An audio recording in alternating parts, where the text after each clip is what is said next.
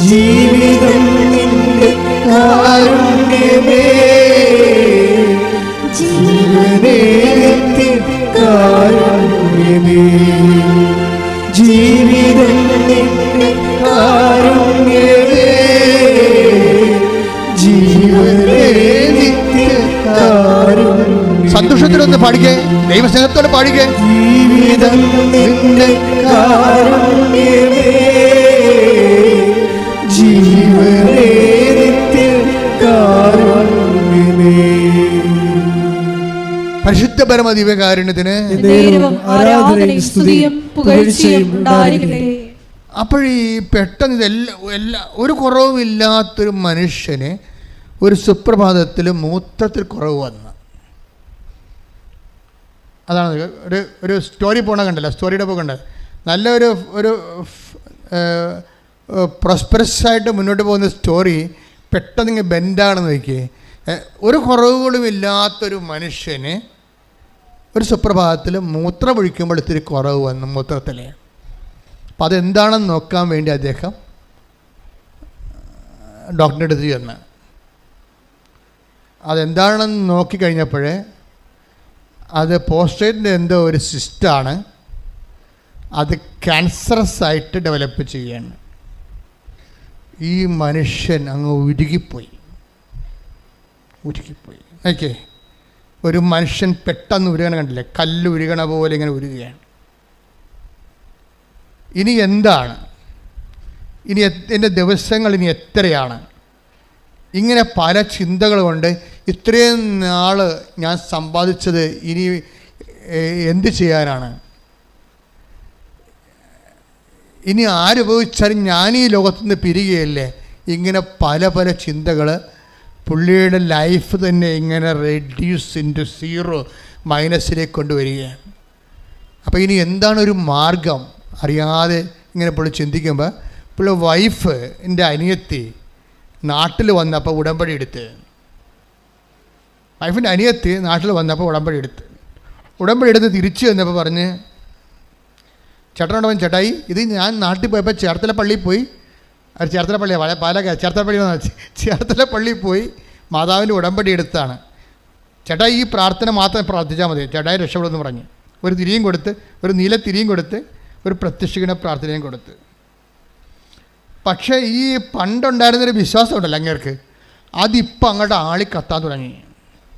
പുള്ളിക്ക് ഭയങ്കര സങ്കടമായി. ദൈവമേ, നിന്നെ ഞാൻ മറന്ന് കുറേ നാൾ ജീവിച്ചില്ലേ, എല്ലാം നീയാണ് തന്നത്, പക്ഷേ നിന്നെപ്പോലും ഞാൻ മറക്കുന്നത്, നീ പോലും കുർബാനയിൽ എഴുന്നള്ളി എൻ്റെ ഉള്ളിലോട്ട് വന്നിട്ട് അത് വരത്തില്ലെന്ന്, കുർബാന മാത്രമാണ് വരണത്, ആ ഓസ്തി അപ്പം മാത്രമാണ് ഞാൻ കഴിക്കണത്, നീ എൻ്റെ കൂടെ വരുന്നില്ലെന്നൊക്കെ എനിക്കറിയാമായിരുന്നിട്ട് പോലും എനിക്കൊരു വിഷമം തോന്നാത്ത എത്രയോ ദിവസങ്ങളുണ്ടായിട്ടുണ്ട്. ഇപ്പോൾ ഞാൻ എല്ലാത്തിനും കൂടി ഞാൻ വിഷമിക്കുകയാണ്. നിൻ്റെ മുമ്പിൽ നിൽക്കാൻ പോലും എനിക്ക് നാണം തോന്നണേ, എന്നെ നീ ആ അന്ത്യനിമിഷം കൈവിട്ട് കളയരുതെന്നൊക്കെ പറഞ്ഞിട്ട് ഈ മനുഷ്യൻ ഈ പ്രത്യക്ഷീകരണ പ്രാർത്ഥന ചൊല്ലും. രാത്രിയും പകലും ഈ പ്രത്യക്ഷീകരണ പ്രാർത്ഥന ചൊല്ലും.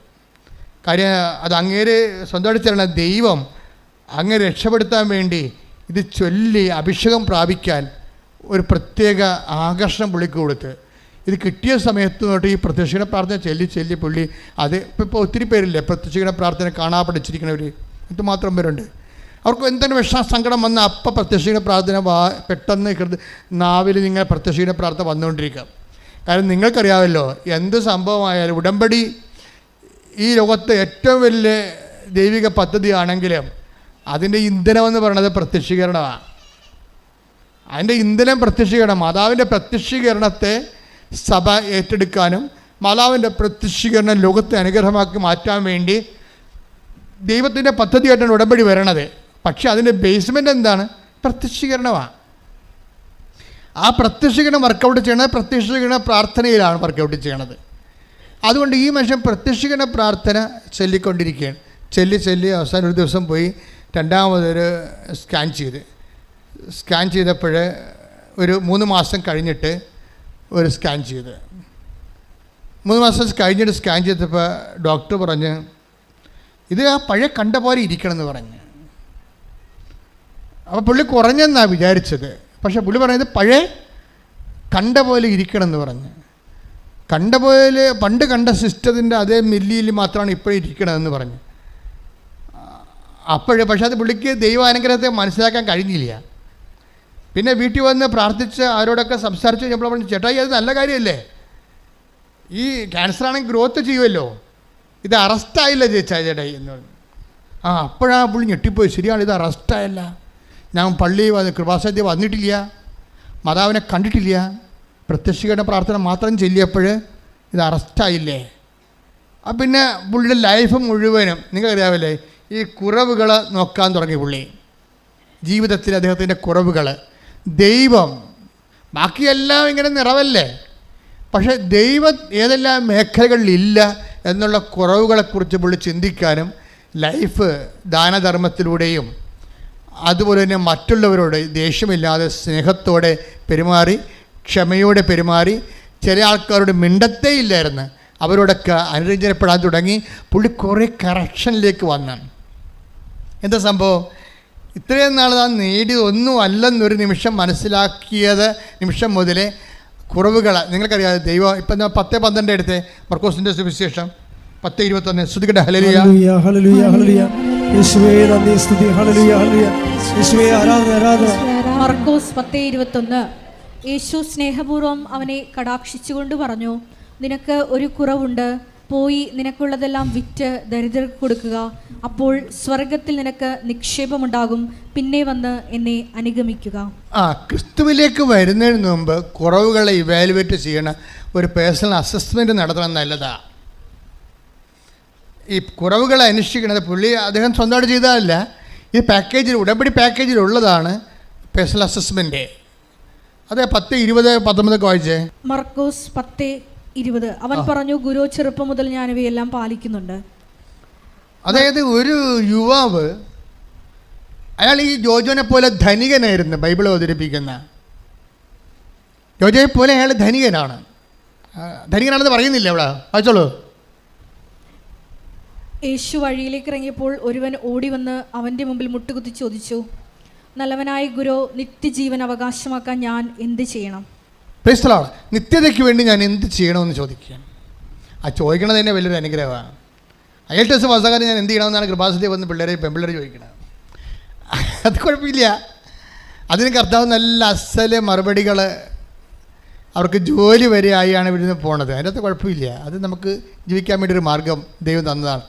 പക്ഷേ ദൈവത്തോട് എപ്പോഴെങ്കിലും നിത്യജീവൻ പ്രാപിക്കാൻ എന്ത് ചെയ്യണമെന്ന് ചോദിക്കുന്നത് നല്ലതാണെന്നല്ല, നിങ്ങളെ ഒരു പരിധി കഴിഞ്ഞാൽ നിങ്ങൾക്ക് ദൈവമായിട്ട് മുന്നോട്ട് പോകാൻ പറ്റത്തില്ല. മനസ്സിലായില്ലേ? എപ്പോഴും ഇങ്ങനെ മുട്ടുവേദന മാറാനും നെഞ്ചിരുക്കം മാറാനും തലവേദന മാറാനും മാത്രം, പെണ്ണ് കെട്ടിക്കാനും മാളെ കെട്ടിക്കാനും നഷ്ടപ്പെട്ടു പോയ മാല കെട്ടാനും മാത്രം ദൈവത്തിൻ്റെ അടുത്ത് വന്നാൽ കുറച്ച് കഴിയുമ്പോൾ ദൈവം നിങ്ങളെ തള്ളിക്കളയും. കാര്യം ഈ പണ്ടാരത്തിന് ഇത് മാത്രമേ അറിയാൻ പാടുള്ളൂ, ദൈവത്തെക്കുറിച്ചൊന്നും അറിയത്തില്ല, ഭൂമിയിലുള്ള പറ്റിപ്പഴപ്പിന് വേണ്ടി മാത്രം ദൈവത്തെ ദുരുപയോഗിക്കുന്ന ഒരു അസത്താണ് നീ എന്ന് പറഞ്ഞുകൊണ്ട് നിന്നെ റിജക്റ്റ് ചെയ്യും ദൈവം. അപ്പോൾ ഇടയ്ക്കൊരു ചോദ്യം ദൈവത്തോട് ചോദിക്കുന്നത് നല്ലതാണ്. എന്താ ചോദിക്കേണ്ടത്? 10:20 എന്താ ചോദിച്ചിരിക്കണത്? മർക്കോസ് 10:20 എന്താ? മർക്കോസ് 10:17 നല്ലവനായ ഗുരു, നിത്യജീവൻ അവകാശമാക്കാൻ ഞാൻ എന്ത് ചെയ്യണം? യേശു അവനോട് ചോദിച്ചു, എന്തുകൊണ്ടാണ് നീ എന്നെ നല്ലവൻ എന്ന് വിളിക്കുന്നത്? അതായത് നിത്യജീവൻ അവകാശമാക്കാൻ നിങ്ങൾ എന്ത് ചോദിച്ചാലും ദൈവത്തോട് ചോദിക്കുമ്പോൾ എപ്പോഴെങ്കിലും നിത്യജീവനെക്കുറിച്ച് നിങ്ങൾ ഗുരുതരമായി ചോദ്യം ഉന്നയിക്കണം. കാര്യം എന്താണ്? ദൈവത്തിൽ നിന്ന് ചോദിക്കുന്നത് തന്നെ ദൈവത്തോട്. ഇപ്പം നിങ്ങൾ പലരും ചോദിക്കുന്ന പല കാര്യങ്ങളും ദൈവത്തോട് തന്നെ ചോദിക്കേണ്ട കാര്യമല്ല. പല കാര്യങ്ങളും നിങ്ങളിപ്പോൾ ചോദിക്കണതെല്ലാം ദൈവത്തോട് തന്നെ ചോദിക്കേണ്ട കാര്യങ്ങളല്ല. പക്ഷേ ഗതികെട്ട് വരുമ്പോഴാണ് നമ്മൾ ദൈവത്തോട് ആ വിഷയം ചോദിക്കേണ്ടി വരണത്. പക്ഷേ ദൈവത്തോട് ചോദിക്കേണ്ട ചോദ്യങ്ങളിൽ ഒന്നാമത്തെ സ്ഥാനം എന്തിനാണ് ഉള്ളത്? നിത്യജീവൻ പ്രാപിക്കാൻ, ഞാൻ നിത്യമായി ജീവിക്കാൻ, എന്നുവെച്ചാൽ നിൻ്റെ കൂടെ ജീവിക്കാൻ, ഈ ഭൂമി ജീവിക്കാനല്ല. നിത്യജീവൻ എന്ന് പറഞ്ഞാൽ എന്താ ഉദ്ദേശിക്കണത്?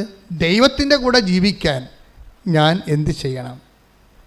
നമ്മൾ പലപ്പോഴും ചോദിക്കണത് വീട്, ജോലി, വിവാഹം, കുഞ്ഞുങ്ങളെല്ലാം ഇവിടെ ജീവിക്കാനാണ്, ഭൂമി ജീവിക്കാനാണ്. ഭൂമിയിലാണെങ്കിൽ നമ്മൾ 70 കൊല്ലം മാത്രമേ ജീവിക്കുന്നുള്ളേ. കൊടാനുകൂടി കൊല്ലം പിന്നെ കാലം കിടക്കുന്നത് കാരണം നമ്മൾ ചോദിക്കേണ്ട വേറൊരു റെഫറൻസ് എന്താണ്? ദൈവത്തിൻ്റെ കൂടെ ജീവിക്കാൻ ഞാൻ എന്ത് ചെയ്യണം? അങ്ങനെ ഒരു യുവാവിനൊരു ബോധം ഉണ്ടായി. അയാൾ വന്നു. അപ്പോൾ ദൈവത്തോട് അയാൾ കാര്യങ്ങൾ ചോദിച്ചു.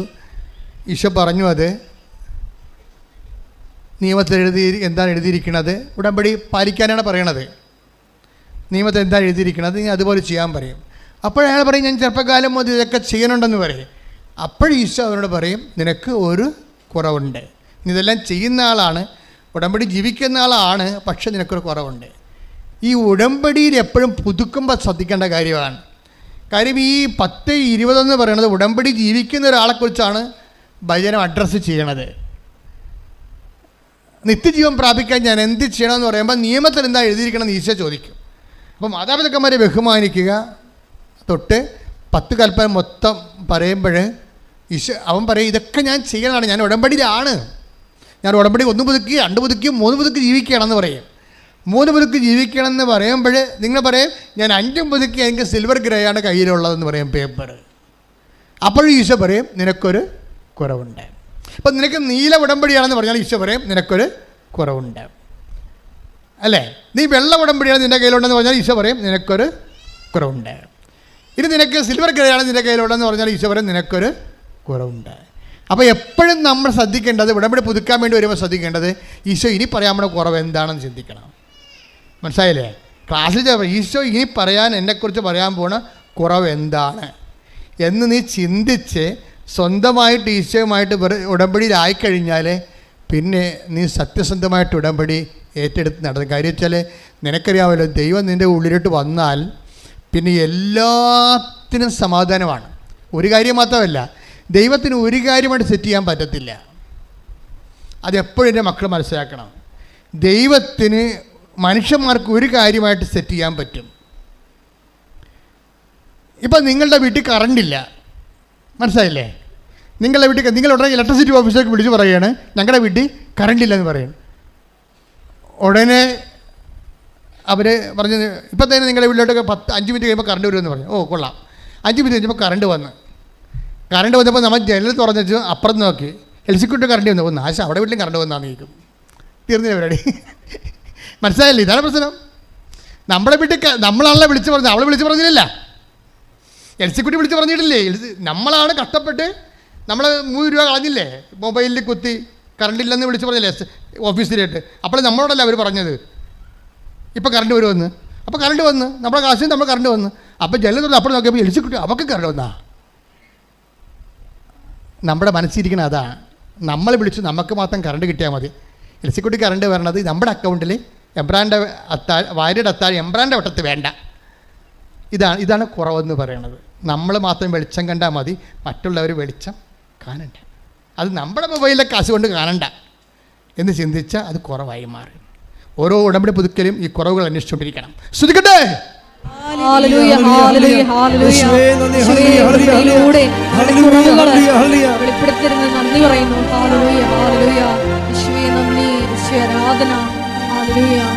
സമയം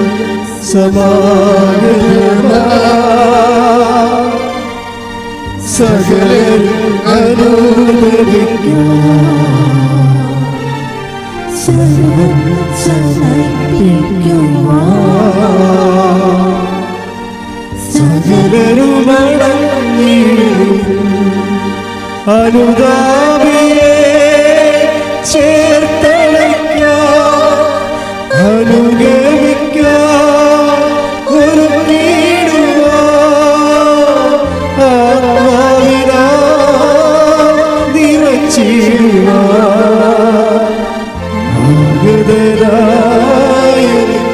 വിളിച്ചിരുന്നു അനുതാപിയെ ചേർത്തളയ്ക്കാം, അനുഗമിക്കാം ഒരു കീടുമോ ആത്മാവിനാൽ നിറച്ചിടുവാൻ ആഗതനായ വിളിച്ചിരുന്നു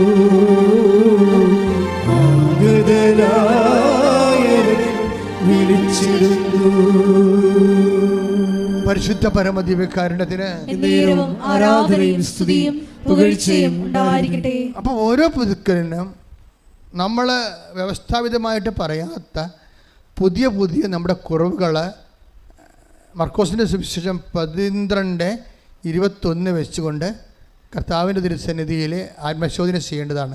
എന്താണ് എൻ്റെ കുറവെന്ന്? ഇപ്പോൾ ജോജോ പറയുന്ന കുറവുകൾ എന്തെല്ലാമാ? ജോജോ സംസാരിക്കാതിരുന്ന വ്യക്തികളുണ്ട്. അപ്പോൾ അദ്ദേഹത്തോട് അവരോട് അദ്ദേഹം സംസാരിക്കാൻ തുടങ്ങി. മുമ്പത്തേനേക്കാൾ നന്നായിട്ട് കുർബാന അർത്ഥവത്തായിട്ട് സ്വീകരിക്കാൻ തുടങ്ങി.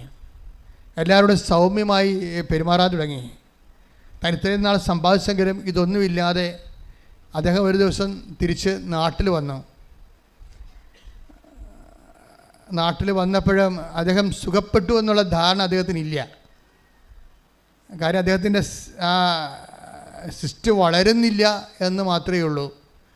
അപ്പോൾ ഡോക്ടർ ഓക്കെ എന്ന് പറഞ്ഞ് നിൽക്കുന്നു. പക്ഷെ അപ്പോൾ നാട്ടിൽ വന്നിട്ട് രണ്ടാമത് ഇദ്ദേഹം ഇതിനു വേണ്ടി മാത്രം ഒന്ന് നാട്ടിൽ വന്നിട്ട് ഇവിടുത്തെ ഗംഗാധരൻ ഡോക്ടറിനെയൊക്കെ കണ്ടു. ഏത് ആശുപത്രിയാണെന്ന് എനിക്ക് അറിയാൻ പാടില്ല. അദ്ദേഹത്തിൻ്റെ സാക്ഷ്യത്തിൽ ആ പേരൊക്കെ കിടപ്പുണ്ട്.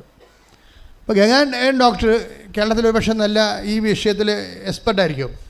അപ്പോൾ അദ്ദേഹം പറഞ്ഞു, അദ്ദേഹം വീണ്ടും ഇത് സ്കാൻ ചെയ്ത് കഴിഞ്ഞപ്പോൾ പറഞ്ഞു എത്രയും വേഗം 25 കീമോ എടുക്കണമെന്ന് പറഞ്ഞു. 25 കീമോ. ഈ മനുഷ്യൻ തകർന്നു പോയി. ഇംഗ്ലീഷിൽ ഡോക്ടർമാർ പറഞ്ഞില്ല ഇത്, അവർ എന്നെ ചതിച്ചു, അവർ മറച്ചു വെച്ചു. മലയാളത്തിൽ വന്നപ്പോൾ അവർ 25 കീമോ എടുക്കണമെന്ന് പറഞ്ഞു. അപ്പോൾ എൻ്റെ മനസ്സ് ഒറ്റ ചിന്തയുണ്ടായുള്ളൂ, കീമോ എടുത്താൽ ഇല്ലെങ്കിലും തിരിച്ച് എൻ്റെ മക്കളടുത്ത് പോയി കിടന്ന് മരിക്കണം. നോക്കിയേ, മലയാളികളുടെ മനസ്സങ്ങനെ മാറുകയാണേ. പണ്ടൊക്കെ നമ്മൾ വിചാരിച്ചുകൊണ്ടിരിക്കുന്നത് മരിക്കാൻ വേണ്ടി എല്ലാവരും കേരളത്തിൽ വരുമെന്നാണൊക്കെ. ഇപ്പം മാറി. ഇങ്ങനെ എല്ലാവരും പറയും, നിങ്ങൾ ചോദിക്കും എപ്പോഴായാലും നിങ്ങൾ എവിടെ പോയാലും മരിക്കാൻ വേണ്ടി കേരളത്തിൽ വരികയില്ലെന്ന് ചോദിക്കുമായിരുന്നു പണ്ട്. ഞങ്ങളുടെ അച്ഛന്മാരൊക്കെ അമേരിക്കയിൽ പോകുമ്പോൾ അച്ഛന്മാരൊന്നും പറഞ്ഞിടാ എവിടെ പോയാലും മരിക്കാൻ വേണ്ടി ഇവിടെ തന്നെ വരണ്ടേന്ന് പറയും. പക്ഷേ ഇപ്പോഴങ്ങനെയല്ല, ഇവിടെ വന്നിട്ട് മരിക്കാൻ വേണ്ടി തിരിച്ച് അങ്ങോട്ട് പോവുകയും അങ്ങനെ സാക്ഷ്യത്തിൽ പറയുന്നുണ്ട്. എനിക്ക് ഒറ്റ ചിന്ത മാത്രമേ ഉണ്ടായിരുന്നു, 25 സ്കാൻ ചെയ്യണമെന്ന് പറഞ്ഞപ്പോൾ ആ 25 പ്രാവശ്യം കീമോ എടുക്കണമെന്ന് പറഞ്ഞപ്പോൾ എൻ്റെ മറ്റേ ചിന്ത എൻ്റെ മക്കളെടുത്ത് പോയി മരിക്കണമെന്ന്. അപ്പോൾ ഞാൻ അവിടെ തിരിച്ചു പോയിട്ട് ഞാൻ എൻ്റെ ഡോക്ടറാണ് ആദ്യം കണ്ടത്. പോയി നിങ്ങളെ ചോദിച്ചു, നിങ്ങളെന്നെ പറ്റിച്ചില്ലേ? അപ്പോൾ എന്താണ് ഡോക്ടർ ചോദിച്ചു. അവിടെ പറഞ്ഞു, എന്നോട് പറഞ്ഞല്ലോ അവിടെ ചെന്നപ്പോൾ സ്കാൻ ചെയ്തപ്പോൾ 25 കീമോ എടുക്കണമെന്ന്. അപ്പോൾ ഡോക്ടർ ചിരിച്ച്, അത് ശരിയാ, നിങ്ങളെ ഞാൻ 3-4 പ്രാവശ്യമായിട്ട് ടെസ്റ്റ് ചെയ്തിട്ട് ഇത്രയും കാലത്തിനുള്ളിലാണ് ഈ സിസ്റ്റിൻ്റെ വലിപ്പം ഞാൻ നോക്കിയിട്ടാണ് കീമോ വേണ്ടെന്ന് പറഞ്ഞത്. It is arrested. നിങ്ങളുടെ നാട്ടിലെ ഡോക്ടർ ചെന്നപ്പോൾ തന്നെ ഇത്രയും വലിയ ഇത് സിസ്റ്റ് കണ്ടപ്പോൾ ഓട്ടോമാറ്റിക്കായിട്ട് അങ്ങനെ 25 കീമോ ഒക്കെ എഴുതി. ദാറ്റ് മീൻസ് നിങ്ങൾ മനസ്സിലാക്കേണ്ടത് എന്താണ്? അപ്പോൾ ഈ മനുഷ്യന് ബോധം വന്ന് 25 കീമോ ആവശ്യമുള്ള എൻ്റെ ക്യാൻസറിൻ്റെ മാതാവ് അറസ്റ്റ് ചെയ്തിരിക്കണം. ശ്രദ്ധിക്കട്ടെ. ഹല്ലേലൂയ.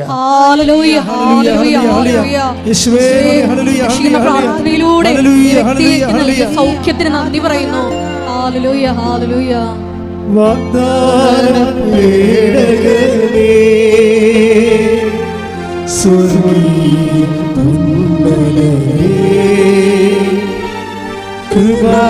കൃപാസനത്തിൻ്റെ അമ്മേ,